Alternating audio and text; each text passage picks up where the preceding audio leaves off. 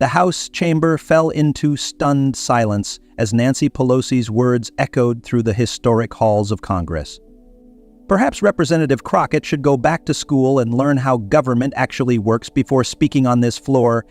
The veteran politician's voice dripped with condescension, her designer suit and pearl necklace gleaming under the harsh lights as she stood at the podium, gesturing dismissively toward the freshman congresswoman from Texas. Jasmine Crockett, the 42-year-old civil rights attorney turned representative, sat frozen for a moment in her seat.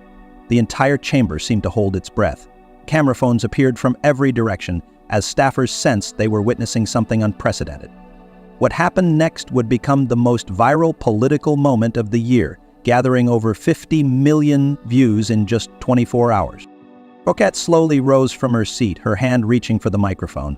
The look in her eyes wasn't anger or hurt, it was something far more dangerous for Pelosi. It was determination mixed with the confidence of someone who had been preparing for this exact moment her entire life.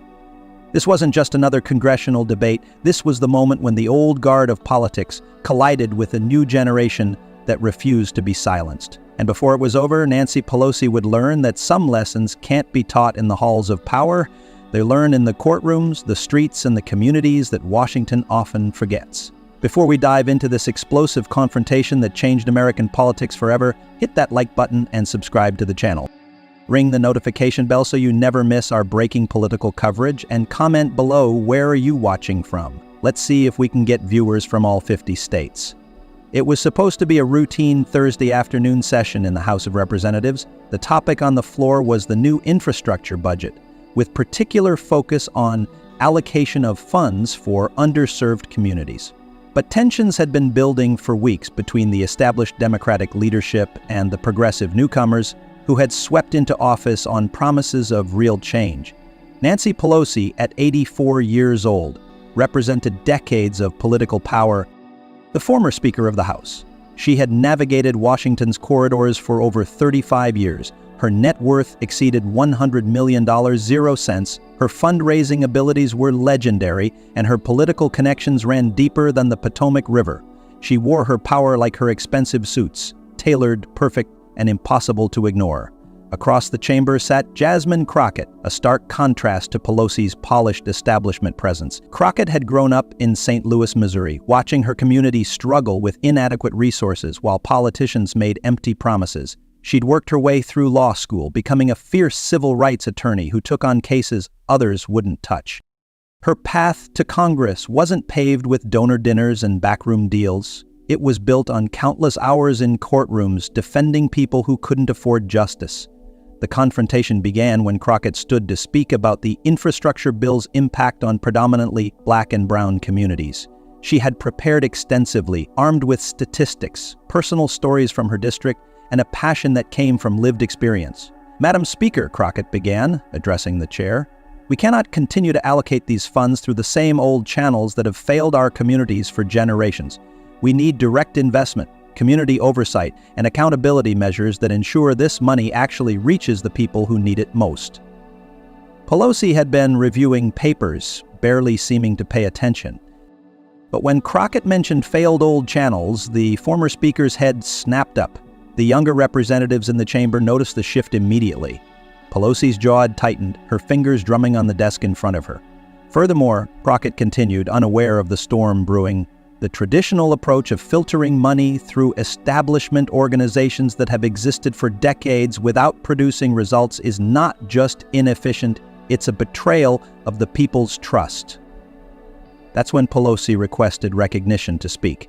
The chair granted it immediately, and the former speaker rose with the practiced grace of someone who had done this thousands of times before. But there was something different in her demeanor, a sharpness that hadn't been there moments before. "I thank the chair for recognition," Pelosi began, her voice carrying the authority of her years in power. "I've listened to Representative Crockett's passionate remarks about infrastructure funding. It's always refreshing to hear from our newer members who bring such enthusiasm to these chambers." The word enthusiasm hung in the air like a backhanded compliment. Several senior Democrats shifted uncomfortably in their seats, recognizing the tone. Pelosi was about to deliver what staffers privately called the tutorial, public dressing down disguised as mentorship. However, Pelosi continued, now turning slightly to face Crockett directly, "Enthusiasm without experience can be dangerous. The failed old channels that Representative Crockett so colorfully describes are actually carefully constructed networks that have taken decades to build. They ensure accountability, prevent fraud, and maintain the delicate balance necessary for bipartisan support." Crockett's aide whispered urgently in her ear, suggesting she let it go, but the Congresswoman's grip on her pen tightened. She had seen this before, the way established power dismissed new voices, especially black women's voices, as naive or uninformed. Pelosi wasn't finished. "I would remind the representative from Texas that governing is not the same as campaigning. The slogans that win elections don't always translate into effective policy." Perhaps if Representative Crockett had taken the time to study the history of these programs, to understand the complexity of federal funding mechanisms, she would appreciate why we do things the way we do. The chamber was growing tense. C-SPAN cameras captured representatives leaning forward, sensing something significant was happening. The gallery, usually sparse during afternoon sessions, began filling as word spread through the Capitol that Pelosi and Crockett were having a moment. It was then that Pelosi delivered the line that would define this confrontation. She adjusted her glasses, a gesture her colleagues knew meant she was about to deliver what she considered a finishing blow. "With all due respect to my colleague from Texas," Pelosi said, though her tone suggested anything but respect, "perhaps Representative Crockett should go back to school and learn how government actually works before speaking so definitively about policies she clearly doesn't understand. We have orientation sessions for new members for a reason." It suggests she attend them. Gasps echoed through the chamber. Even Pelosi's allies looked shocked.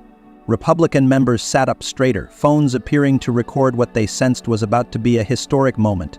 The phrase, "go back to school," immediately triggered reactions across social media as staffers live-tweeted the exchange.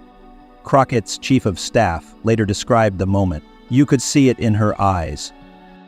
Something shifted. It wasn't just about the insult anymore. It was about every young person, every person of color, every outsider who had ever been told they didn't belong in spaces of power. What Pelosi didn't know was that Crockett had been preparing for this moment since before she even ran for Congress. As a civil rights attorney, she had faced down hostile judges, aggressive prosecutors, and systems designed to silence voices like hers. She had won cases others said were impossible, not through political connections or insider knowledge, but through meticulous preparation and a refusal to back down. In the few seconds of silence that followed Pelosi's insult, Crockett's mind raced through her options. She could take the high road, ignore the slight, and try to move forward. That's what the establishment would expect, what they counted on. Or she could do what she had done her entire career. Stand up and fight back with facts, passion, and the truth that powerful people didn't want to hear. She thought about her constituents back in Texas, many of whom had never seen someone who looked like them stand up to power in this way. She thought about young girls watching C-SPAN in their civics classes. She thought about her own journey from Louis to this moment. Crockett stood up slowly, deliberately. She didn't ask for recognition to speak. She simply began walking toward the well of the House, the center spot where the most important speeches were delivered. The presiding officer, caught off guard, didn't immediately know how to respond. "Point of personal privilege," Crockett said clearly, invoking a rarely used parliamentary procedure that allowed a member to respond to a personal attack. The phrase itself sent murmurs through the chamber. Most members went entire careers without invoking it. "I thank Representative Pelosi for her suggestion that I go back to school," Crockett began, her voice steady but charged with controlled emotion. "It's interesting that she would make such a recommendation, so let me share with this chamber exactly what schools I've attended and what I've learned." She pulled out her phone, an unconventional move that raised eyebrows, and began reading from what appeared to be prepared notes. But these weren't just notes. Crockett had been documenting every failed promise, every diverted fund, every community betrayal for months. "I graduated magna cum laude from Prairie View A&M University," Crockett continued, her voice gaining strength. "A historically black university that taught me to question systems that weren't built for people who look like me. I then attended the University of Houston Law Center, where I learned that the law is only as just as the people who enforce it." But the most important education I received, Madam Pelosi, wasn't in any classroom. It was in the courtrooms, where I defended families losing their homes while banks got billion-dollar bailouts through those carefully constructed networks you mentioned. It was in the community meetings, where residents showed me decade after decade of promised infrastructure money that never materialized. The chamber had gone completely silent. Even the pages, usually busy running errands, had stopped to watch. Since Representative Pelosi wants to talk about education, let me educate this chamber on some facts, Crockett said, now pulling out a folder she had been carrying. The traditional funding channels that we're being told to respect have resulted in the following. She began listing statistics with the precision of a prosecutor presenting a case.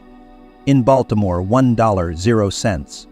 $8 billion in federal infrastructure funds allocated through traditional channels over the past 20 years. Actual improvement in water quality for majority black neighborhoods? 0%.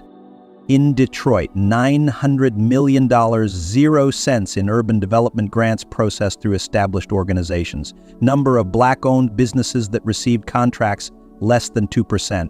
In my own district in Texas, we've been promised flood mitigation funding through these same channels for 15 years. We're still flooding every time it rains, while wealthy neighborhoods somehow got their drainage fixed within months. Republican members were now openly recording sensing political gold. Democratic progressives were nodding vigorously. But Crockett wasn't playing for partisan points. She was speaking truth to power. But let's talk about education in terms Representative Pelosi might understand better, Crockett continued, her voice now carrying the confidence of someone who had found their rhythm. Let's talk about the education that comes from stock portfolios worth millions while representing districts where families can't afford groceries. She pulled out another document. According to public financial disclosures, Representative Pelosi's net worth has increased by over 300% during her time in Congress. That's quite an education in economics. Meanwhile, the median income in my district has decreased by 15% over the same period. Pelosi's face had gone from dismissive to shocked. She started to stand, presumably to object, but several of her own caucus members suddenly gestured for her to remain seated. The optics were already bad enough. I may need to go back to school, according to Representative Pelosi, Crockett said, now addressing the gallery where constituents and press were watching. But I learned long ago that there are two types of education in America. There's the education you get in ivory towers and elite institutions, where you learn to preserve the status quo. And there's the education you get in the streets, in the courtrooms, in the communities that have been forgotten, where you learn to fight for change. What happened next would become the clip that exploded across social media, garnering millions of views within hours. Crockett walked directly toward Pelosi's seat, not threateningly, but with the deliberate pace of someone making a point.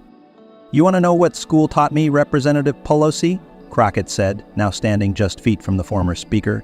"It taught me that when someone tells you to go back to school, what they're really saying is, go back to your place. Well, I've got news for you and everyone else who thinks like you. This is my place. This chamber belongs to the people, not to the political aristocracy that's gotten comfortable treating it like their private club." The gallery erupted. The presiding officer gave for order, but the damage was done. Crockett had just delivered one of the most devastating responses in recent congressional history, and everyone knew it. But Crockett wasn't finished. She had one more card to play, and it was devastating. "Since we're discussing education and experience," she said, "returning to the well, let me share something educational with this chamber. My staff and I have spent the last 3 months documenting every infrastructure dollar allocated through traditional channels in the past decade. We've tracked where the money went, who made the decisions, and what the outcomes were." She held up a thick binder. "This report, which we'll be making public today, shows that 73% of infrastructure funds designated for underserved communities never actually reached those communities. Instead, they were absorbed by administrative costs, consultant fees, and organizations run by people who haven't set foot in these neighborhoods in years. But here's the most educational part," Crockett continued, her voice now sharp as a blade.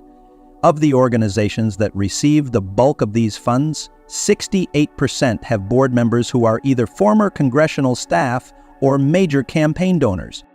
The same carefully constructed networks Representative Pelosi wants us to respect are actually carefully constructed systems of legal corruption.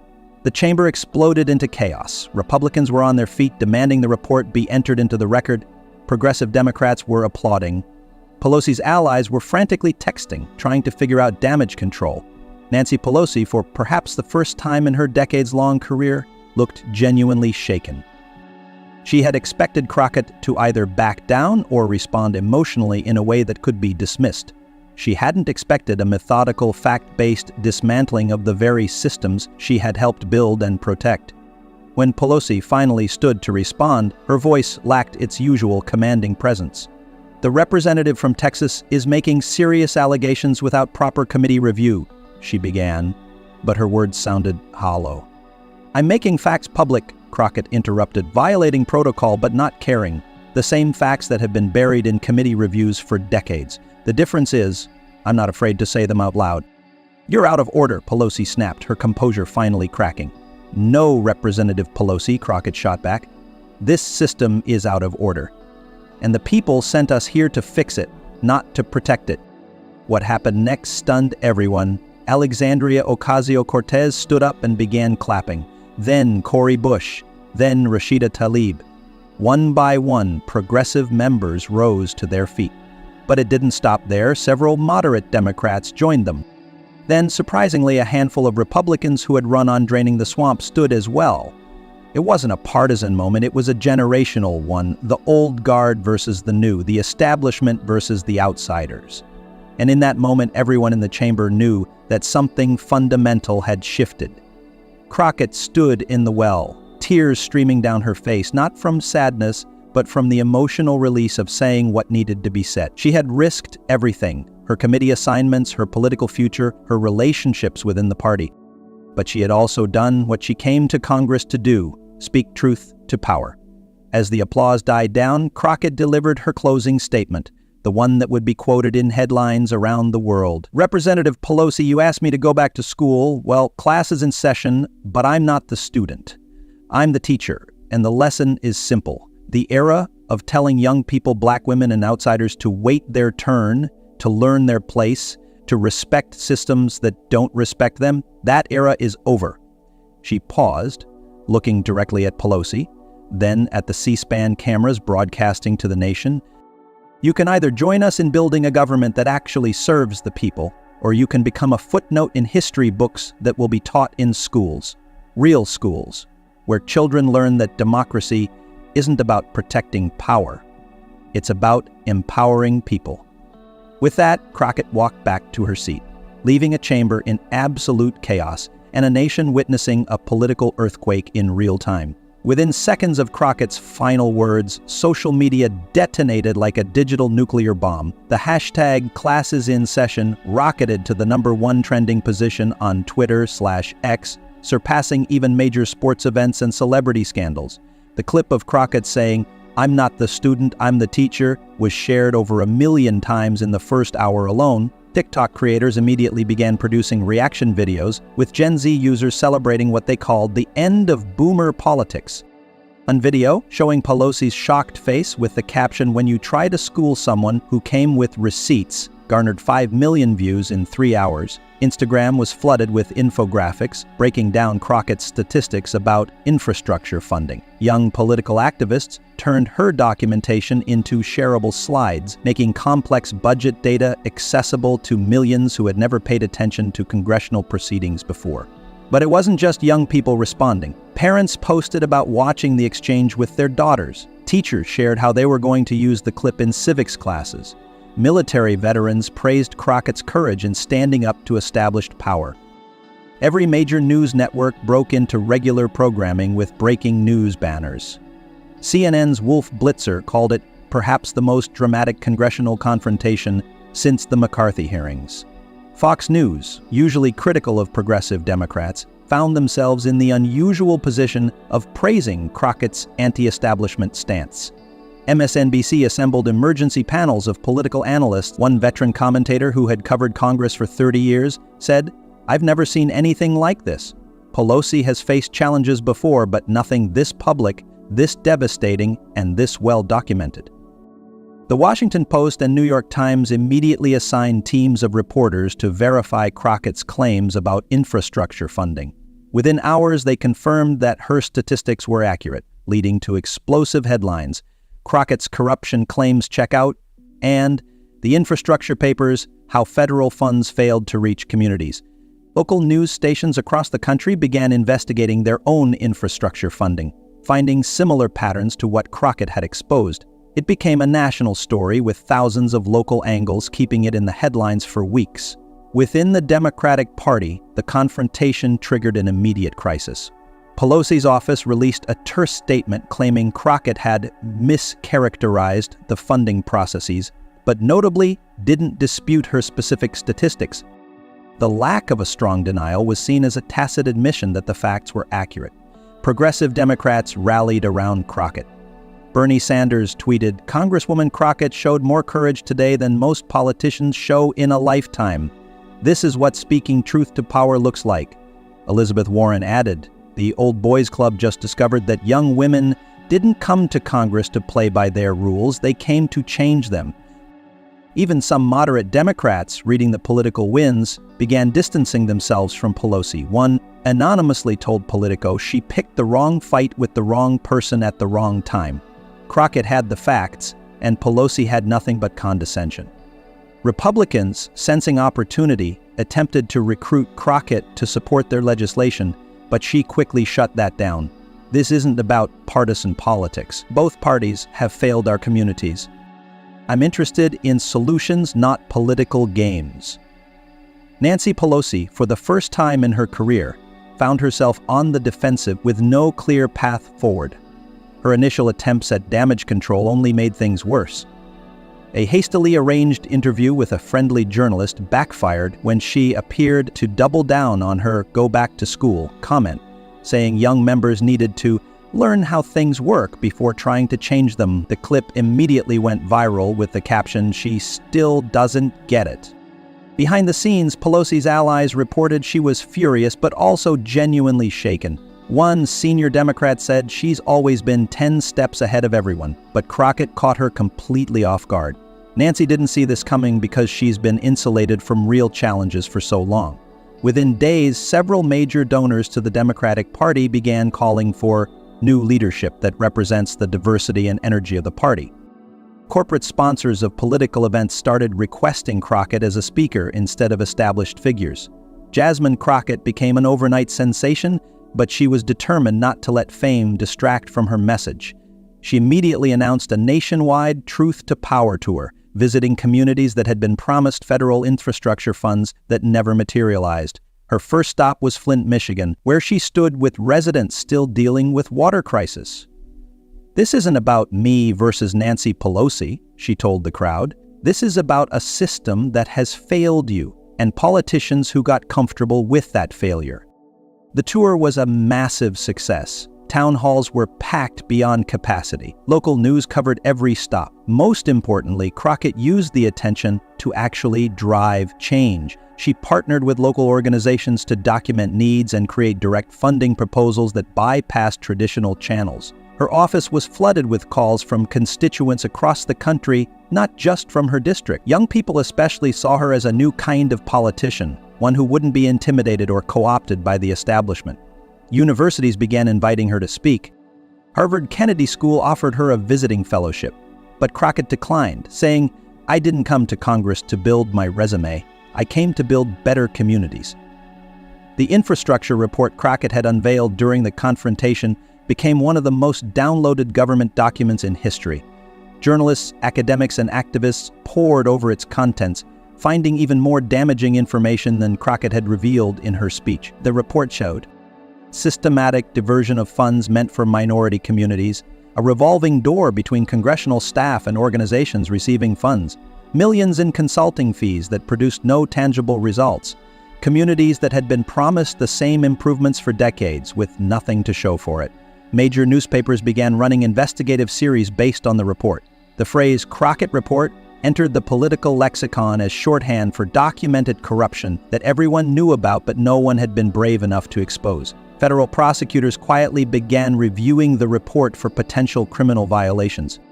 While no charges were immediately filed, the threat of investigation sent shockwaves through Washington's established networks. The confrontation transcended politics to become a cultural moment. Celebrities began weighing in. Beyoncé posted a photo of Crockett with the caption, "Speaking truth to power." LeBron James tweeted, "This is what courage looks like." The phrase, "go back to school," became a rallying cry, ironically adopted by young activists as a badge of honor. Shirts appeared with "I went back to school and learned to fight" printed on them. The Crockett-Pelosi exchange was turned into memes, songs, and even a Saturday Night Live cold open. Broadway producers approached Crockett about turning the moment into a theatrical production. Netflix announced a documentary about her journey from civil rights attorney to congressional firebrand. But Crockett turned down most offers, saying she needed to focus on her work. High schools began teaching the confrontation as a modern example of civic engagement. Teachers reported that students who had never shown interest in politics were suddenly asking about how government funding worked and how they could get involved. The Crockett-Pelosi incident, as historians would later call it, marked a turning point in American politics. It accelerated the generational change that had been brewing for years. Older politicians who had relied on seniority and institutional knowledge found themselves challenged by younger members armed with facts, social media savvy, and an unwillingness to wait their turn. Within 6 months, -3 senior Democrats announced their retirements. Citing a need for new voices, the House created new oversight committees specifically for infrastructure funding transparency. Direct community funding programs were piloted in several states, bypassing traditional channels. Young progressives won several special elections, explicitly citing Crockett as their inspiration. Pelosi herself, while not immediately retiring, saw her influence significantly diminished. Her endorsements carried less weight. Her fundraising ability, while still formidable, faced competition from new sources supporting progressive candidates. Political scientists began studying the confrontation as a textbook example of how prepared opposition could overcome institutional power. One professor called it the moment when David didn't just defeat Goliath, she exposed that Goliath had been standing on a box the whole time.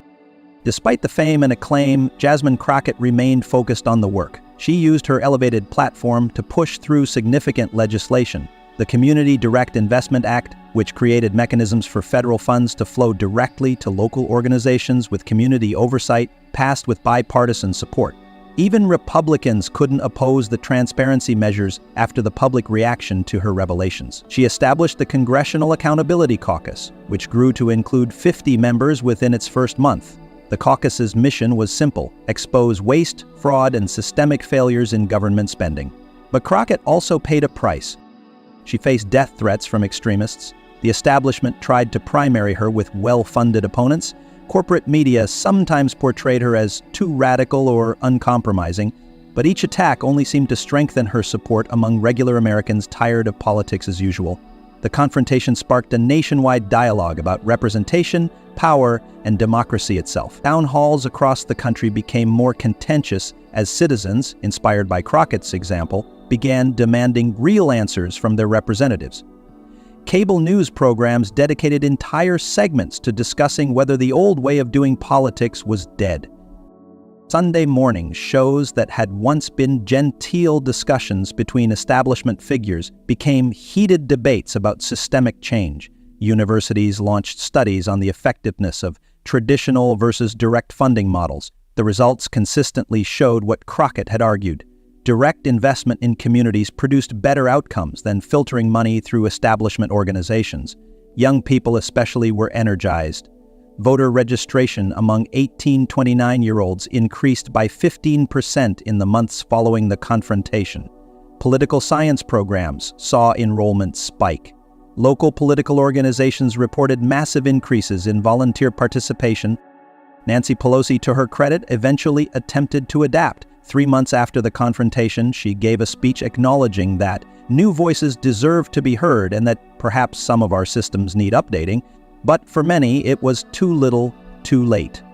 Her legacy, once secure as a powerful speaker who had shepherded major legislation, became complicated. History would remember her achievements, but also her resistance to change and the dramatic moment when a freshman congresswoman exposed the limitations of her leadership. Some of Pelosi's longtime allies privately admitted that the confrontation had been necessary. One senior Democrat reflected, "We had gotten too comfortable, too insulated. Crockett did us a favor, even if it didn't feel like it at the time. What started as one confrontation in Congress became a nationwide movement. Crockett Democrats emerged as a wing of the party, distinct from both the establishment and traditional progressives. They were characterized by meticulous preparation and fact-based arguments, willingness to challenge power regardless of party, direct connection to affected communities, refusal to be intimidated by seniority or tradition. Similar confrontations began happening in state legislatures, city councils, and school boards. The phrase "pulling a Crockett" entered the political vocabulary, meaning to confront power with undeniable facts and moral clarity.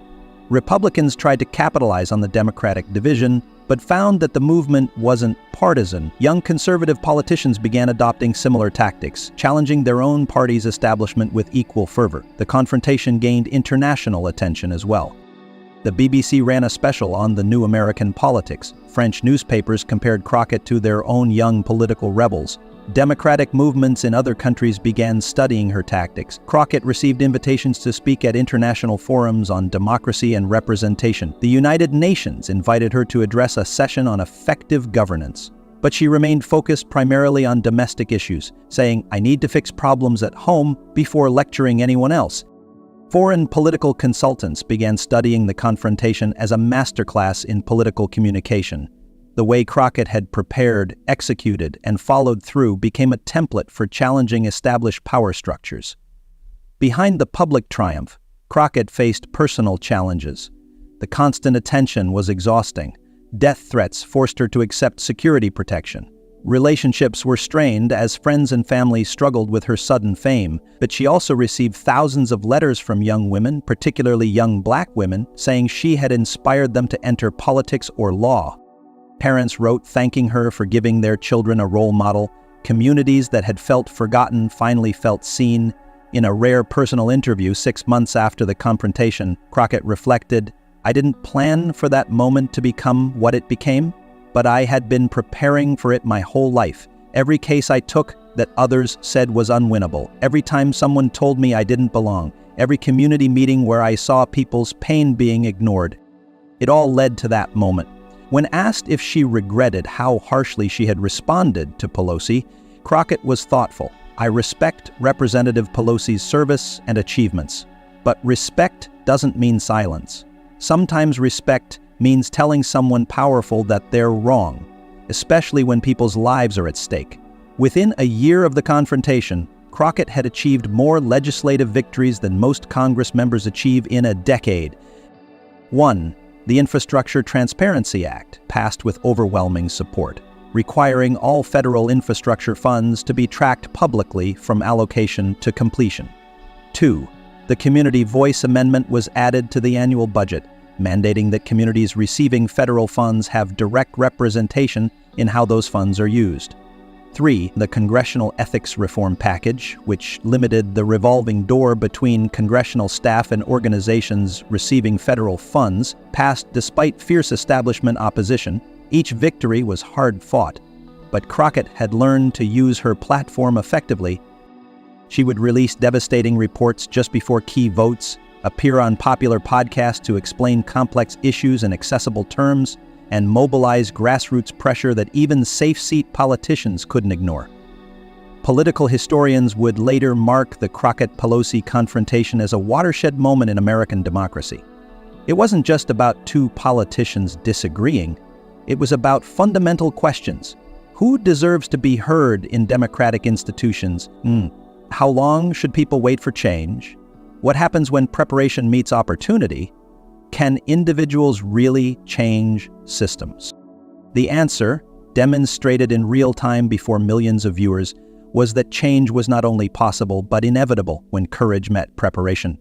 Crockett had shown that speaking truth to power wasn't just a slogan, it was a strategy that could work if executed with intelligence, facts, and unwavering determination.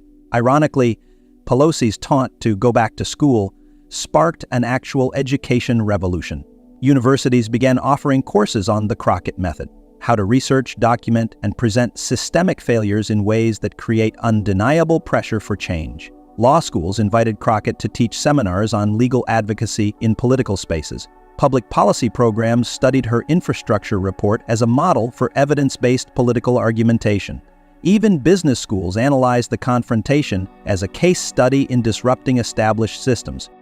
High school debate teams across the country began using the confrontation as a template for effective argumentation. The National Debate Association created the Crockett Award for students who best demonstrated the ability to challenge authority with facts and dignity. But the most significant educational impact was on young people who had felt powerless. They learned that with preparation, courage, and facts, they could stand up to anyone, even someone as powerful as Nancy Pelosi. Many expected that with time, Pelosi and Crockett would reconcile, perhaps even work together on legislation. But that never really happened. They maintained professional courtesy, voting together on many issues, but the fundamental divide remained. Pelosi represented an era of political operation based on relationships, seniority, and institutional knowledge. Crockett represented a new era based on transparency, direct accountability, and an unwillingness to accept "that's how things have always been done" as an answer. In her memoir, published years later, Pelosi would write only briefly about the confrontation, calling it an unfortunate misunderstanding that was blown out of proportion by social media. But she also acknowledged that it had perhaps highlighted generational differences in approach that needed to be addressed. Crockett, for her part, never wrote a memoir. When publishers offered her millions for her story, she declined, saying, "My story isn't finished yet. And when it is, it won't be about me, it'll be about the communities that finally got the investment they deserve